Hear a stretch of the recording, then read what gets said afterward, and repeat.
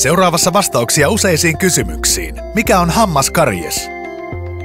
Hammaskipuun voi olla monia eri syitä. Jos kipu jatkuu, sinulla saattaa olla hammaskaries. Hammaskaries, jota kutsutaan myös reikiintymiseksi, on yksi yleisimmistä ja myös yksi helpoimmin ehkäistävistä hammassairauksista.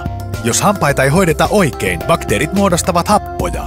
Nämä hapot ovat riittävän vahvoja heikentämään hampaita. Ne muodostavat pieniä reikiä, jotka ovat hammaskarieksen ensimmäinen vaihe. Karieksen hoitoon on olemassa 3 pääasiallista tapaa. Yleisimpiä hoitomuotoja ovat paikat, kruunut ja joissain tapauksissa hampaiden poistaminen. Hammaslääkärisi auttaa päättämään, mikä on sinulle sopiva hoito. Siitä huolimatta, miten karies vaikuttaa hampaisiisi, ne on mahdollista suurelta osin ehkäistä säännöllisillä hammastarkastuksilla ja asianmukaisella hampaiden hoidolla. Tämä sisältää fluorihammastahnan ja sähköhammasharjan käyttämisen.